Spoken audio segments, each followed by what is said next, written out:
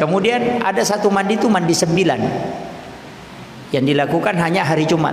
Ya kupuraki dia sunnah Jumat mandi 9. Ini mandi 9 Pak. Ini yang paling bagus kita pakai. Dega anak tabarani bali-baliki ko ya tu tak amalkan.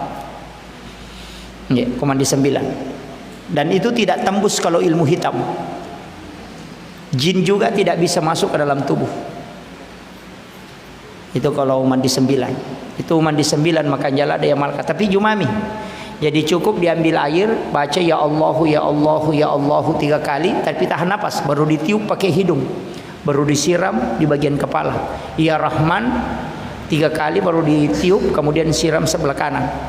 Baru ya Rahim sebelah kiri. Itu diulang 3 kali, makanya dikatakan mandi 9. Baru ditutup. Barakane itu ya kong ka anak tamadari ke atama-tamang kerasukan. Cukup lakukan itu, pasti berhenti itu. Tidak usah diruyah, cukup pakai itu. Ya kong ka tau araju-rajuang, mati lakaina.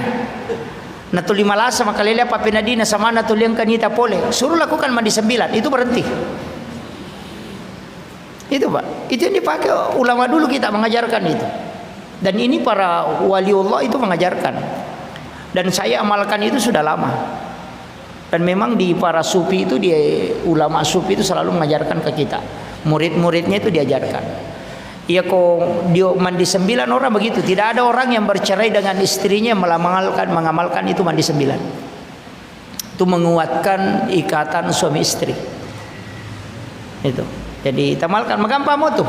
Tapi mandi sunnah Jumat pi. Pura pi dia sunnah Jumat di hari Jumat. Baru dilaksanakan ini mandi 9. Kan ada penutupnya itu.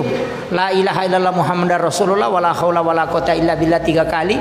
Baru ditiup pakai hidung, baru sambil menyiram tubuh berputar mengikuti arah tawaf sambil membaca la haula wala quwata illa billah.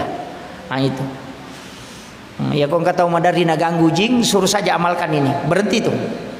Ulama kita itu di Madura, hampir semua di pondok pesantren itu mengamalkan. Nasabak dega murid barani bantai guru naku itu namalkan. Seorang pimpinan pondok, pembina pesantren harus amalkan itu sitongan nama di 9 supaya dega ke santri tercubi-cubi. Iya, amalkan itu. Kemudian ada perintah itu di dalam hadis dari Sayyidina Ali di kitab Al-Gunya lagi nih. Makadai pengelut Syekh Abdul Qadir Al-Jilani menulis basmalah pada 1 Muharram. Menulis basmalah berapa? 113 kali. Jadi malaki kertasa toki bismillahirrahmanirrahim akasiratu 10 taluh. Kenapa 113? Ini nih nanti kenapa 113? Dari mana dasarnya itu? Ah, begini. Saya pernah ngaji sama guru tak langsung, mereka begini. Ya rukuyoki bismillahirrahmanirrahim, usahakan mimnya itu berlubang. Istilahnya aja nata tutup, palibuh. Jadi ada lubangnya kelihatan.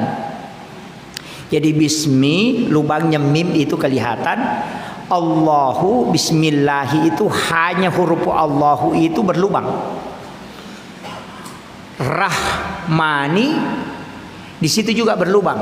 Rahim di situ juga berlubang. Jadi di situ bismi itu nurun Muhammad. Lubangnya itu mim itu nurun Muhammad. Allahu itu lubang Islam. Kemudian ha itu iman. Kemudian terakhir itu adalah ihsan. Itu yang dijelaskan guru tak. Dan ternyata diambil juga dari kitab. Kemudian magina siratu 10 taluh. Karena itu jumlah basmalah di dalam Al-Quran itu satu di awal surah itu 113. Kan ada satu tidak isi dengan bismillah atau surah Bara'ah. Walaupun mengatakan ada di suratnya Nabi Sulaiman ke Ratu Balkis.